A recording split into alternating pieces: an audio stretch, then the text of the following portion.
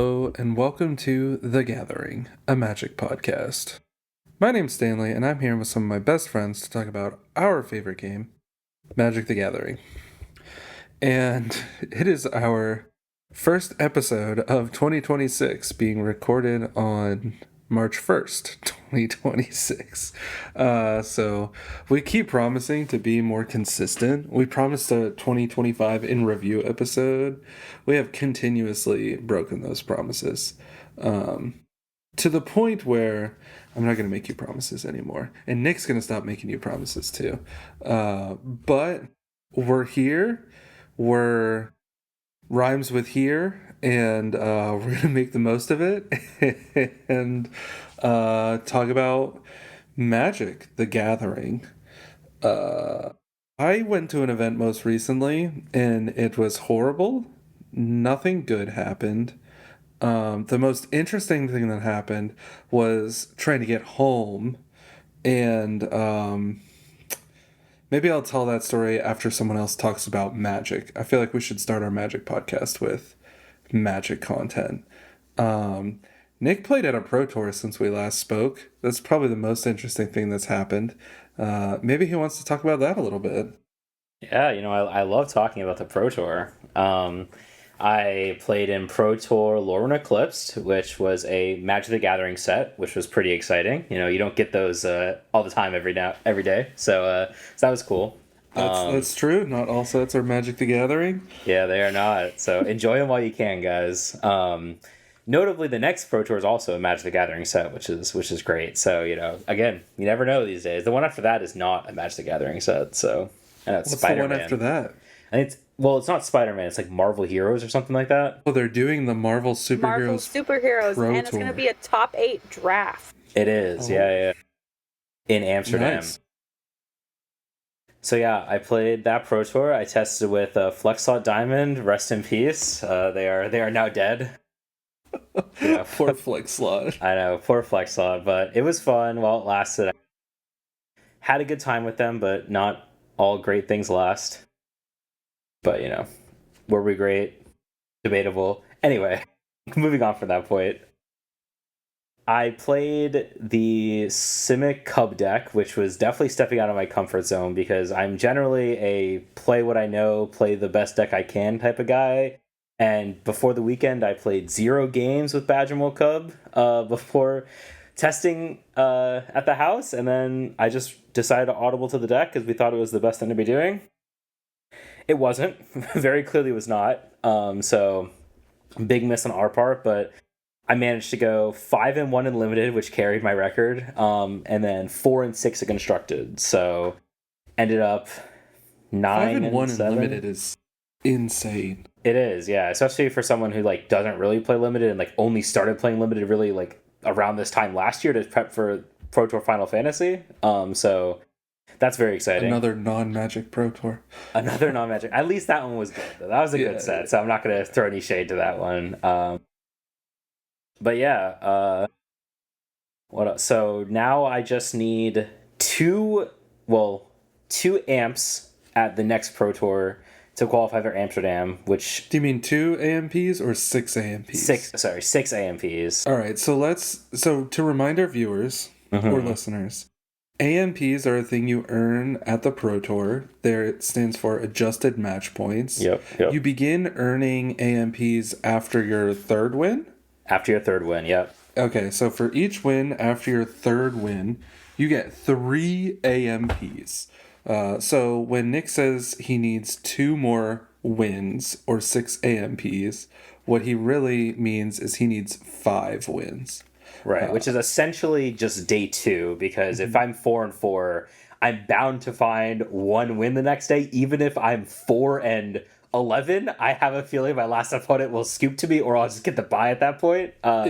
So it's really just a matter of day 2ing, which I am 3 for 3 at doing. So, hopefully I can do it one more time. And I'm already locked into testing with a really good team for the next Pro Tour. So, stay tuned for that. Very excited. So yeah. Very cool. And at the Pro Tour, you just need 4 wins on day 1 to make day 2. And we say just, But when you're playing against the best players in the world, getting 4 wins out of 8 rounds is not a trivial thing. Yeah, I think a lot of people forget that. Yeah, we spend a lot of time glazing Nick on this podcast, but it's not just because we're big fans. It's like genuinely really hard to do. And a lot of people make the Pro Tour, go to one Pro Tour, and then go back to not being on the Pro Tour because winning is hard, period. Winning against the best players in the world is very hard. So, we're talking like it's trivial, and Nick's one of the best players in the world, so for him it may end up being trivial, but that doesn't mean it is in practice trivial. It's a very difficult and impressive thing to do. So yeah, Nick I'm optimistic. I really want to qualify for Amsterdam. That would be great. Just in general, like going to a Pro Tour in Amsterdam would be awesome, and then it also sets you up really well for Worlds at the end of the year, and also like I've already been 5-1 in limited, so it's like that sets me up really good for the limited championship even at the like start of next year. So what's the outlook on Worlds? So Worlds will be what, the Pro Tour that already happened and then the 2 Pro Tours after. So yeah, so so we don't really basically is it the same for the limited championship? No, so limited championship is the top 16 players with the best limited record of all 3 Pro Tours specifically. So 5-1, of course, like that sets me up. Like I have the second best record essentially from like everyone. So, and then Worlds is the top 32 players of AMPs at the 3 Pro Tours. Are there pass downs on that top 32? There are not pass downs, but they do award to everyone who's at that threshold. So like if the 32nd person has 51 AMPs and then there's 6 other people with 51, they'll give it to all 7 of those people. Cool. For instance. So cool. Okay. So 1 Pro Tour down, 2 to go when it comes to earning your way into Worlds. Yep, exactly. So first step is qualify for the 3rd Pro Tour and then go from there. Nice. Yeah, that's awesome. What's I think I know what the answer is going to be, but what's the biggest secret on limited? How'd you go 5-1, buddy? Well, I know this guy whose name is Kellen, and that's what I thought the answer was going to be. I'm gonna glaze him a little bit because for those who don't know him, you should know him because he's a platinum. Well, he was a platinum pro from back in the day, and it's kind of a disappointment that most people don't know him because that was kind of his thing, is he was known as the platinum pro no one knows about because he was a platinum pro, but he was kind of just like doing the bare minimum. But like we discussed, the bare minimum to stay on the Pro Tour is still very, very impressive. So it's like he wasn't top 8ing events. He wasn't like, a name to follow, but he was still like one of the most consistent people. Well, long story short, he ends up top 8ing Spotlight Baltimore with Vivi. So that's how he wasn't playing Vivi because I had a whole discussion with him about this because I thought he was playing Vivi, and he like struck up a conversation with me talking about how like the Cub deck is like very similar to the deck he top 8 at Baltimore with. Okay, I guess Badgermole Cub is like kind of like Vivi, like haha, like I see what you're going with. And then he said specifically like Innkeeper's Talent and Ouroboros, and I'm like, okay, wait, what are we talking about? And he's like, oh yeah, I top 8'd with the Simic like Jackal Ouroboros deck. I was like, oh, that makes way more sense. But yeah, so anyway, he ended up testing with us on Flexot. He was definitely probably the best player on our team for the event, and we kind of just talked limited. Like I think I probably did 3 drafts in total, and besides that I just talked to him about the format. He talked to me, which had great conversations. Then I ended up going 5-1. I mean, I think the main takeaway that I got from like talking with him is how important it is to stay open in your draft. Like you never want to lock in what deck you're playing after your first like 2 or 3 picks. Like that's not how you want to do it. You want to wait till like pick 5 or 6, start casting signals from other people, and then like step into a lane. And I think that was important. I think in both the drafts I did that I went 3-0 and 2-1, and I think I kept myself open. I identified the open lane based on what was being passed to me, and then I got rewarded because of the cards that were passed. So yeah. So if you don't know Kellen, you should know. So look him up. And he did 10-6, and I ended up losing to him at the Pro Tour, actually. I played against him like round 12 or something. And it was bittersweet because our match was actually like very, very good. I think it was the most difficult Cub mirror I played all weekend, and I played 7 of them. So, bittersweet to lose, but like, there's part of me like I was hoping I would lose, so just like get him one step closer. But yeah. Yeah, so 10-6 means he requalified and stays on the train. This was his first Pro Tour back on the train, right? Exactly. Yep. Yeah, so he had to get to 10 wins. So yep. So he'll be in Vegas. That was nice of you to let him win and kind of continue this bit where you're like, oh, it was a really good match. He just barely beat me. Exactly. I appreciate that bit. That's nice of you. It's a good one. Yeah. Cool. Well, yeah. So I went to Milwaukee, which was a mistake. And then I came home from Milwaukee, and it was an attempt to get home. Do we want to talk about these events sequentially, since I went to Portland and I also had a terrible travel experience? But yeah, you can do yours first. I guess we should have gone Portland, Pro Tour, Milwaukee. Yeah, but... I mean, I wanted to start with Magic. Was the main thing, since the most like interesting things that happened at our last events were trying to get home. Yeah. I went to Portland for the RC, mostly because I live in Connecticut, but I wanted to go see a bunch of West Coast friends. I played Teamer Lessons, which I don't think was a mistake. I just genuinely think I got unlucky. I think I can identify like 2 moments in the whole like day 1. I did not day 2. We'll just bottom line up front that. Not day 2, day 1. I think I made like 2 mistakes that may or may not have just ended up costing me the game. One was like a mulligan decision, and one of them was like I just chose to not kill something and it ran away with the game. But I got there like Thursday. That Friday I played in 3 LCQs. I 4-1'd all 3 of them. Conceded in the finals of all of them, which I shouldn't have done. I should have like attempted. I should have played the finals of at least one of them to like requalify for this next season, since I'm not qualified. I felt really good going into day 2, and then I won round 1, lost 3 rounds in a row. I'm within the bracket of sorrow. I won 3 more rounds, and then lost in I won 2 more rounds. I got to 3-3, and I lost in round 7. After I played against Jeskai Control like 4 rounds in a row, and my brain hurt. Better round 7 than round 9. Yeah, I mean, I looked at it that way too. And then there happened to be a historic winter storm that was happening the same weekend as Portland, which was awesome. And I was supposed to fly back Monday. I got to Portland, whatever, International Airport, whatever it's called, like 3:45 in the morning for my 6 a.m. flight. Then every hour on the hour until 6 p.m. my flight got delayed. And at 6 p.m. it said, your flight's canceled. And then they go, yeah, so what we're going to do is we're going to put you on a flight tomorrow. And I'm like, yeah, it's not a thing.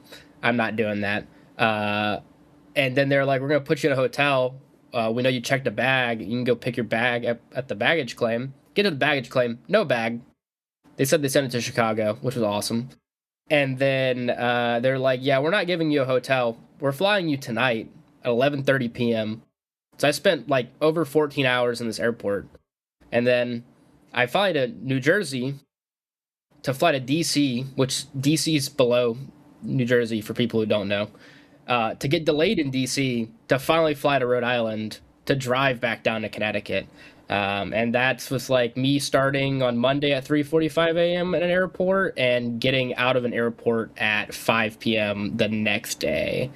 So I don't think I'll be traveling for Magic tournaments during the winter time anymore. Same. I think I'm going to take a sabbatical for that quarter of the year. When did you get your bag back? I got it back Friday, like the same Friday of that week. Some random airport worker drove it down to my apartment.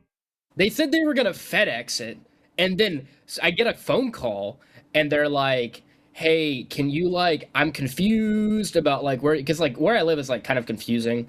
Um, and they're like, yeah, can you like come out and get it? I was like, who are you? Are you FedEx? He's like, no, I work at the airport. I'm like, why did you drive 40 miles to my apartment? And then like I was at work, so my wife had to go get it. And so I was like, I called the dude and I was like, hey, like I'm gonna let you off the phone and I'm gonna call my wife. And so like I'm on the phone with Liz while I'm like walking out. She's walking out to get my bag because I was like, this is like a sketchy like scenario to happen. I don't know. It was a whole experience. So Like, you checked your bag on Monday, yeah. and a random airport worker drove it to your apartment on Friday. Yeah, because they said that they were gonna like the flight that I was on was supposed to go to Chicago, and then that was a connection, and then into Providence. And what happened was like American Airlines didn't have enough like pilots, so they did like a crew only flight. And I don't know how like I got to Providence on Tuesday, or yeah, on Tuesday, and then they told me my bag was in Miami. So I was like, how did Chicago and Miami, like one's like here in the US and like one's like down here? Like I mean, it's like more like this, right? But like I don't know, it just didn't make sense to me. And they're like, yeah, we'll ship it to you maybe when on that Friday or whenever it comes in. So that was my Portland experience. Gathering was great. Highly recommend playing in LCQs if you're not qualified because the ticket value is like insane. You can get like 1,400 tickets if you win all 5 rounds, which equates to 28 packs. A booster box is 30 packs in a booster box. So 1,400 tickets gets you 28 packs, which is essentially a booster box. So great value there. I don't know. Standard was fun. Playing against Jeskai Control is not. That's all I got. Talking about Portland made me tired. It made me tired too. It's funny you talk about Portland and the experience you had because I kind of forgot about the fact that when I first went to the Pro Tour, I also went into this winter storm. So I completely forgot that like this was a thing that even happened. That's what happens when you have a good tournament. You don't. I was That's genuinely true. worried because they said that Virginia was going to lose power. So I was like, are they actually having a Pro Tour the next weekend? Like, there's no shot. Yeah. So like, I was glad that you got to play because I had the expectation that like y'all were gonna show up testing house and then they'd be like, Pro Tour's canceled. I know. I was worried about it too because, like, you know, for me specifically, I had to like work remotely the week of the Pro Tour. So I was flying up there and I was like, oh my gosh, like if we lose power, like that's gonna be awful because then A, I can't work, but B, like I'm a Florida worker who can't work because of the winter storm. Like that doesn't really like line up very well, you know. So it's like, okay, like what am I gonna do? Luckily, we did not lose power. I decided to go. I got to experience snow for the second time, but this time was like much crazier than the first time for sure. I got to shovel snow for the first time since we had to get Steve and Kellen and Nathan's cars like out from under the snow to make sure we could actually leave. So that was fun. Make sure to check out Steve's video about the Pro Tour if you didn't already. You can see the many amazing things we did, including me shoveling snow. I think that might be like a what was it, Tom Sawyer, where they talked people into painting the fence because of how fun it was. They get the Florida boy to shovel the snow. Oh, it's fun, Nick. Try. Oh yeah, I know. Yeah. I mean, I had to experience it. Well, it was funny because like I was probably out there for like an hour, and then Steve, like I heard him make a comment like, "Oh, Nick is the worst shoveler." I was like, "Bro, what do you expect from me? Like, what do you want?" And he was like, "No, like I know it's not your fault, but it's like you've never done this before." I was like, "Yeah, well, you know." Yeah, not gonna lie, I lived in Boise for a couple winters and I just waited for the snow to melt. Not gonna deal with that. I don't need to drive anywhere. I'll just stay home. It's fine. I have food. It's okay. Well, that was the funny part too. Is like because we only got a finite amount of food, we actually were running out of food. So you're like, okay, like what are we gonna do these last 2 days? Like we have a gallon of milk, we have some chips, and yeah. So we did pizza and Thai food the last 2 days. That's the issue I'm running into right now. Is we had like a historic snowfall, like 34 inches on Sunday, and then on Sunday night, Monday morning, sometime my fridge decided it wanted to kill itself. So I just haven't had a fridge. I get a new fridge on Wednesday. So thank God my buddy who lives down the hall was like, you can borrow my mini fridge, which is like not really that mini of a mini fridge. It's like a medium sized fridge, I would call it. So that was very nice of him. But I'm like, I also drove to an RCQ in the middle of a snowstorm. So that was fun. Grinder mindset. Yeah, it was a two slaughter. That was how we convinced ourselves to go. And we hopped on 395 in Connecticut, which goes to Rhode Island because it was in Providence. And we were doing 25 miles per hour in a 70-mile-per-hour road with our hazards on. Then we got to Rhode Island. Roads were clear. It was awesome. Then we got back into Connecticut that night. Roads were still not clear. Plowing in Connecticut sucks. Don't move here. Noted. Yeah, so Milwaukee, I was trying to do like a get in, get out kind of thing. I didn't fly in till Friday night, so no opportunities to LCQ or top 8 a Popper 1K or anything fun like that. Apparently there was a modern 1K. Man, I would have loved to have played in that. Anyway, yeah, I just had to really minimize my time away from home. So in addition to flying in Friday night, I flew home Sunday night. And I saw Jackish's flight, and I was like, oh, I saw that same flight, had a reasonable price, and it gets me home around midnight. I'll just take that one. Jackish must have done the math on, even if I do well, I can still get on this plane, right? Jackson's on the same flight, so cool, I'll be home at midnight on Sunday. So it was cold. There was little flurries of snow, but the reason that we were delayed in our first flight, because it was a 2-part flight, so from Milwaukee to Atlanta and then Atlanta home to Tampa. So the plane in Milwaukee was delayed. We could not board it because they could not get someone off of the plane in Milwaukee. Like, they physically could not get the largest man you've never seen out of his seat on the plane. They were like giving us the play-by-play. So first, they struggled. They put their lives on the line to get this man out of his seat. Then they got him out of his seat. And he's like at the bottom of the ramp. So we can see him. As Jackish and I are playing Modern, by the way. Jackish is like dying to cast grinding station, so I'm just like really demoralizing him playing prowess against his like awkward combo deck. And Jackson keeps like, alright, I bet Stanley can burn you out before they get him up the ramp. Alright, I bet Stanley can burn you out again before they get him up the ramp. And then it almost stops being funny because this guy's not moving at all. And we can't figure out why until they wheel in the largest wheelchair you've ever seen. The wheelchair that they had for him, like the regular wheelchair, was not big enough. So they had a double wide wheelchair to finally get this man up the ramp. So that was like an hour. Upwards of an hour. We finally get in the air. Luckily, our flight from Atlanta to Tampa was also delayed. Uncertain why. May or may not have been the same issue. We'll never know. But it was not as delayed as our first flight.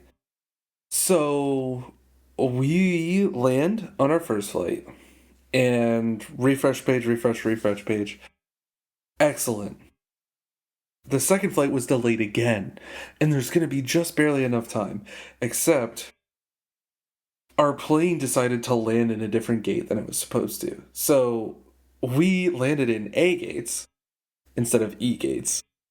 And our new flight is at the E gate, which is on the other side of the massive Tampa airport. I just want to say that it was the Atlanta airport. Most people have been in the Atlanta airports to reference, but the E gate versus A gate of the Atlanta airport, not Tampa. Oh, sorry. And for those who haven't been to Atlanta, that's like upwards of like multiple miles because that airport is huge. Yeah. The thing about the Atlanta...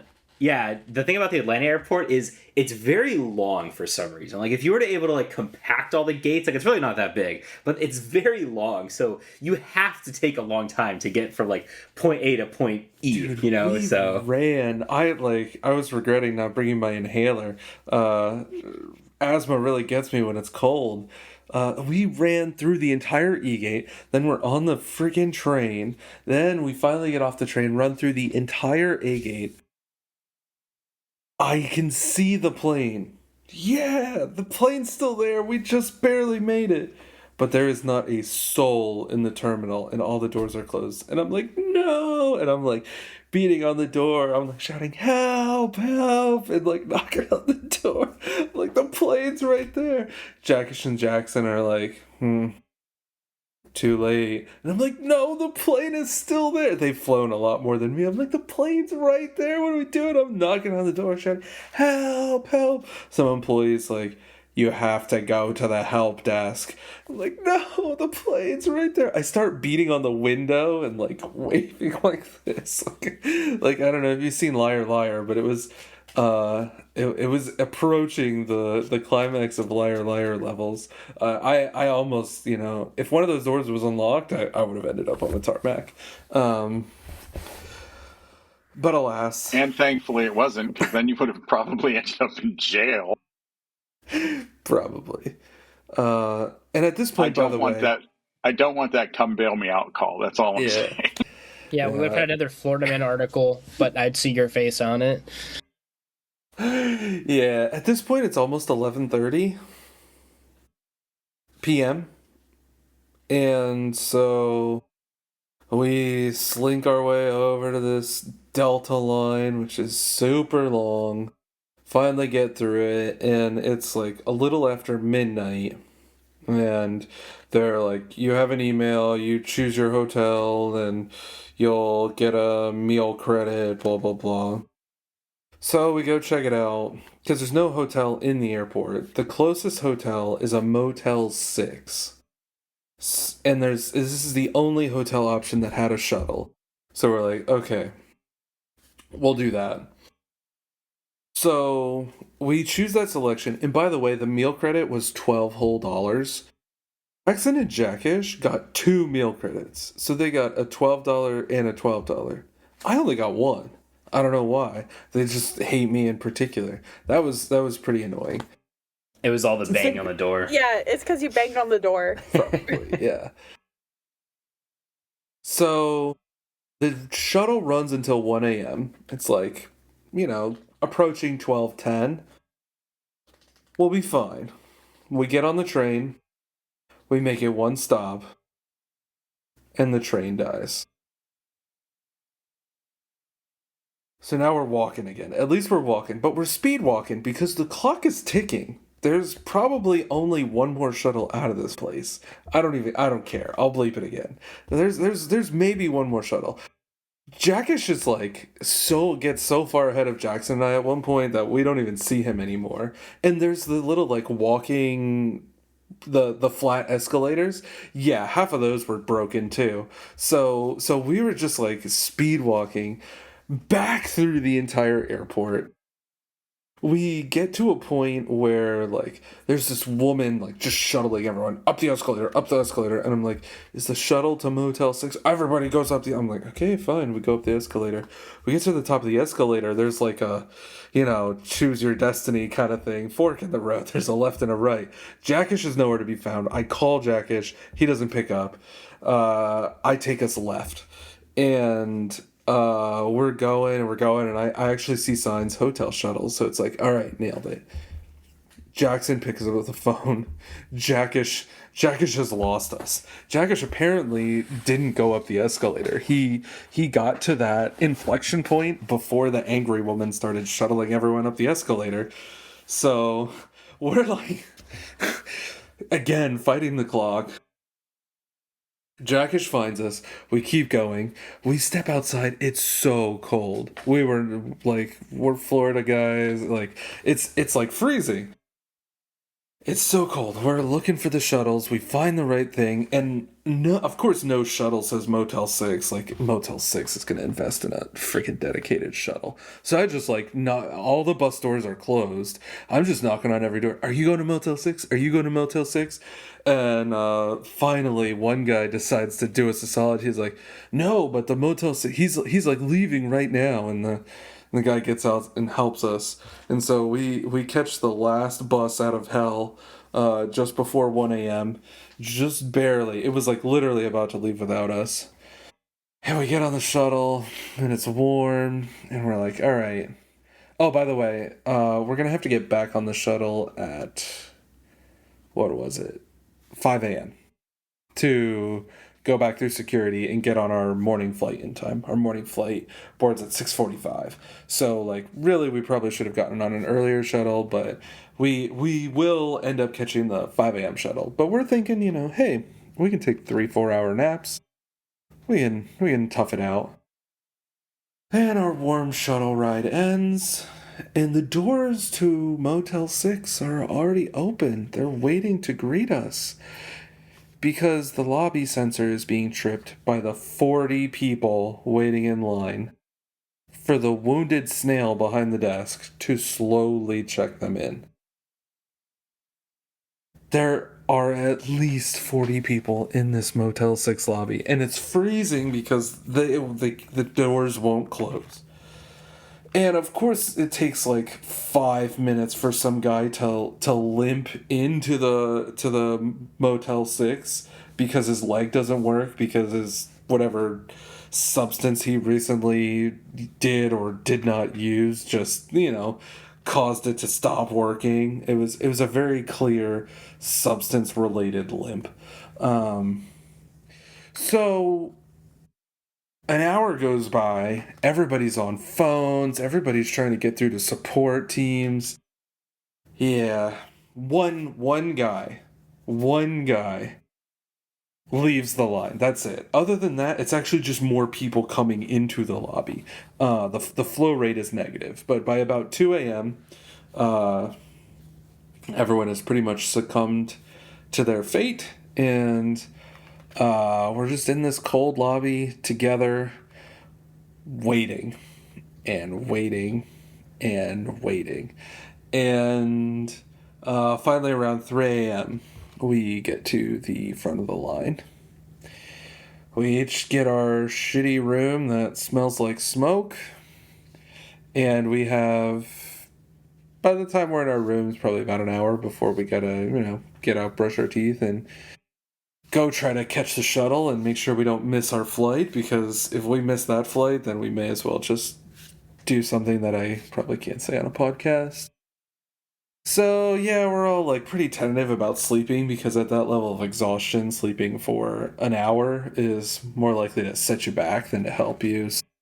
We did all end up sleeping for, like, 20 to 45 minutes. I, like, literally just faded in and out of consciousness. I did not wake up to an alarm. I woke up before it. So, yeah, we drag our boats back to wait for the shuttle, which promptly parks across the street. 5 minutes go by. 10 minutes go by. No signs of life in the shuttle. We're like, oh my god, we're going to miss the morning flight. So finally Jackson's like, come on, we gotta go. We gotta just walk across the street and see what's going on. So we leave the Motel 6, go across the street. The driver's taking a dump or something. He finally finishes up. We get on the shuttle. The shuttle goes to Motel 6. The shuttle goes to another place. It's after 5 a.m. when we finally get to the airport, and we're like, oh, God. Like, if the security lines are long, we're cooked. but thankfully they were pretty short. At one point, Atlanta life hack, there are like 3 spare security lines besides security main, so never go into the main line. I think we Yeah, were it's like a in little security escalator south. downstairs. That's a good security There's line. that one, there's one to Yeah. the left, there's one to the right. I always went to the one to the left, and I think the longest I ever waited in Atlanta airport security was maybe 30 minutes. We could have used that tip like 240 hours ago. But I do Sorry. appreciate it. Should have asked. I should have asked. We were updating the situation. I was gonna say that's what was funny about this whole thing is we're getting updates in our Discord about this whole situation, but it's going from like 10 like this whole thing happened overnight. So it's like around 10 p.m. I find out they're not getting on their flight, and then when I wake up at like 8 a.m. for work, I find out all of this happened, and I'm like, oh, okay, not a good night for the boys. No, we were struggling, and like we're waiting in line at security. It's our turn next, but the 2 people in front of us are both using their passports, and so like suddenly there's a line clogged. So this guy comes up, moves the like thing out of the way, and he's like, "Follow me," and we're like, okay, we're being saved, right? And we round the corner, and it's just this long hallway, and we can't see what's at the end of it. And we're like, Jackson's like, oh no, not again. And I'm like, this is going to be really awesome or really bad. And I have no idea which one it's going to be. Thankfully, I think we didn't really understand what line this was. I think in hindsight, it was the handicap line. But I went left. I was the first one through security. I beat Jackish in his stupid TSA pre-check. I was through in like 2 minutes. Jackson went right, and I'm sorry, the fact Jackish has TSA pre-check is the like least like surprising thing I've ever heard. Like, of course, of all the people, he's the one that has TSA pre-check. Of Hey, I have course. TSA pre-check. What do you mean by that? All right, that's Yeah, different. I've got You it don't- too. All right. Well, Ron, You that's guys are different. missing the joke. Jacob, though, I know why you have TSA pre-check. Jackson though, he gets stuck in a loop. He was behind some very slow folks, and then he got deck checked by security. Like, he took a while, but what's crazy is he took so long, but still was faster than Jackish. Like, Jackish was the last one through with his TSA pre-check, but then Jackish popped out like way far away from us, like completely unexpected location. But thankfully that was like pretty much the end of the events. We get on the plane takes off on time, fade in and out of consciousness because I've slept like 20 minutes in the past. I don't know how long. I'm too old for this shit. Unfortunately, I had driven myself to the airport, which means I had to drive myself home from the airport, which, without including details, I probably should have napped in my car. I did get home safely, but if I could redo it, I would sleep in my car. You also live pretty far from the airport, too. Like, it's not like it's close like us. Like, I'm like 10, 15 minutes from the airport. You're like 45? 25. Oh. Yeah. All right, it's closer than I thought, to be honest. It's like 25 to 30 because I just take 589 all the way to 54. It's the easiest drive possible, but sometimes that's a downside when you're really tired, right? Because, like, if you have a really engaging drive, then that keeps you awake. But since I was just, like, freeway driving, I should have taken a nap in my car. In my head, the easy drive was an advantage, but in practice, the easy drive was a disadvantage, or a hazard, if you will.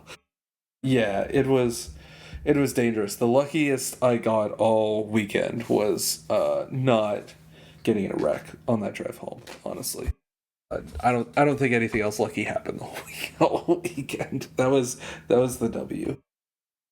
So anyway, yeah. In summary, if you're gonna go to a Magic event in winter, be prepared. Don't do it. Yeah. There you go. Mostly just don't That's do it. our advice. Yeah. because they should be doing the Magic events in Florida in winter, but for some reason they're not. So, like, That's what I'm saying. Why don't they do it in places that don't snow? I'm so tired of this. At Because it's more I knew expensive. if they had done the RC in like instead of Portland, they did it in Tampa. At least I know for a fact that if I was stuck, I could have just stayed at either A, my family's, or B, with somebody that I know. But there I am, stuck in Portland for 40 hours. And you wouldn't be freezing cold. Like, Well, Portland wasn't that cold. Like right. the Pacific Northwest. We were freezing. It was so cold in that lobby. 2 hours of cold, and people kept lighting up cigarettes way too close to our open doors. There were kids, there were old people, somebody ordered pizza, somebody ordered Chinese. There were like the classic people trying to like inch their way and like cut in line, and oh. Hey, I've got a Magic related weather story. It was Okay. bad. Friday night, I went to a pre-release, pulled in the parking lot at Game of Stories. It started to pour. It was raining. I didn't have an umbrella. It was awful. I had to walk to the store in the rain. Got inside, had to dry my hair a little bit. It was really bad. I forgot you were a snowman. I feel bad about you. I feel bad, Ron. That's a pretty rough thing you went through. Yeah, I just wanted to get in there on, some of us others have suffered as well. Yeah. The story could have ended at you went to pre-release, and I would have felt bad for you. So Yeah, that's true. Hey, pre-release was not bad. The set is not, at least in sealed, it's not as unfun and bad as they made it out to be. So pre-release was actually kind of fun. Speaking of which, we're at like our 8 to 10 minute warning, so if anyone has Magic things they want to talk about, we should probably finish our Magic podcast with a little bit of Magic. I can talk Super about Shredder is a cool card. No, it's not. It's just expensive. Honestly, every time you said, "Oh, I opened a Super Shredder," I'm like, "Who the f cares?" And then I realized it's just the expensive card. I was like, "Oh, okay, cool." Yeah, but in sealed it's cool because everybody's doing that sneak thing, and in moments it's just a beast. I'm not gonna lie to you. I know what 3 cards from the Teenage Mutant Ninja Turtles set do. Maybe 4. I know what Super Shredder does, kind of. And I know Sneak is a mechanic. But I don't know what any of the cards actually do. I was joking because I was doing early access and I was like in a call with Carson and I was like, "Oh, Carson, I gotta get you ready for the sealed like LCQ or whatever it is." So we open a sealed deck and I look at these cards. I'm like, "Bro, I don't know what any of these are," and he's just like, "Yeah, we don't have to do this." I'm like, "All right, good. I'm closing this." I was like, "I don't know what I'm looking at, man." Like, It's okay. I had to one of two of the guys in my office that I work with were like, "Oh, we're going to pre-release tonight." This is like Friday, and they're like, "Are you coming?" I was like, probably not. Like, the set really ain't for me. He's like, "Yeah, I'm just confused on what the sneak mechanic is." I was like, "It's ninjutsu, but you can counter it." And he's like, "What do you mean?" I was like, "You cast it instead of putting it into play. So if you have a counter spell, you can counter it.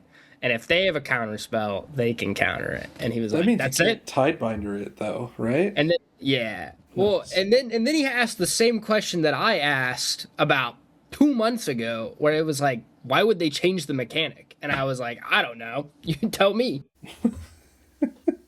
isn't Yeah, there like, there's been like 6 months. 3, right? Didn't we have ninjutsu? And then like in the span of the last year, we had like 2 different versions of ninjutsu. Like I'm blanking on what the other one is, but there's Sneak, Yeah, and there Web Sling. wasn't there something else? Web Sling, Web yeah. Sling.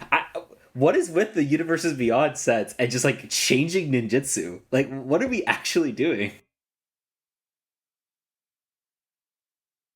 Oh, Nick's internet is betraying him a little bit, but I agree. That is interesting. If we get another ninjutsu, that's going to be pretty annoying. Yeah, not here for it. Well, I thought it was coming back because they printed Kaido. So I was like, "Oh, I mean, they're making a Ninja Turtle set, so they'll make ninjutsu." But I don't know. I guess they wanted to make.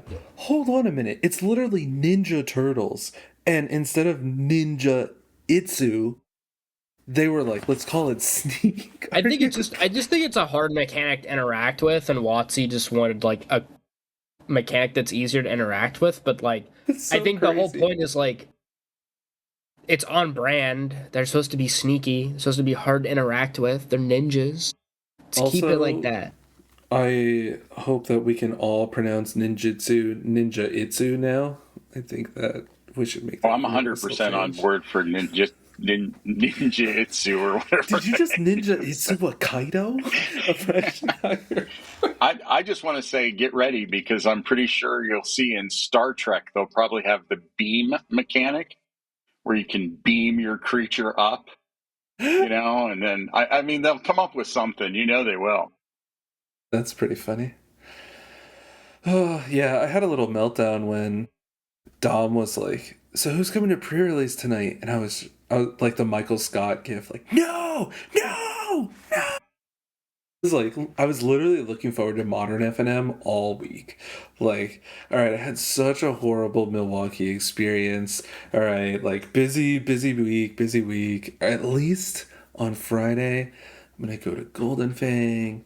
We're gonna play Modern. It's gonna be so fun. It's gonna be chill. I'm gonna cast Corey Steelcutter. Everything's gonna be okay. Dom. So who's coming to pre-release? I didn't even go. I stayed home. I like cooked a chicken or something. Believe me, I know you didn't go. I know lots of people didn't go.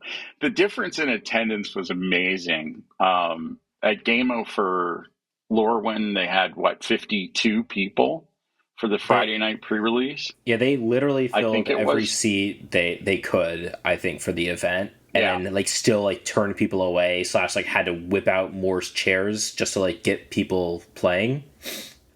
And then what you said, Friday 11? night. Well, that was Saturday at the start time, and they actually delayed start of Saturdays.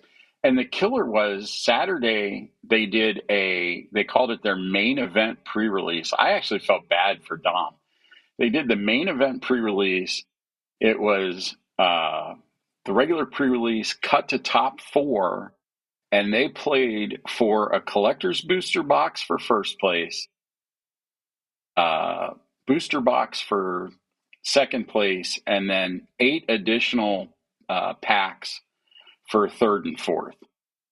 And at noon, when this thing was supposed to start, there were only 11 people signed up.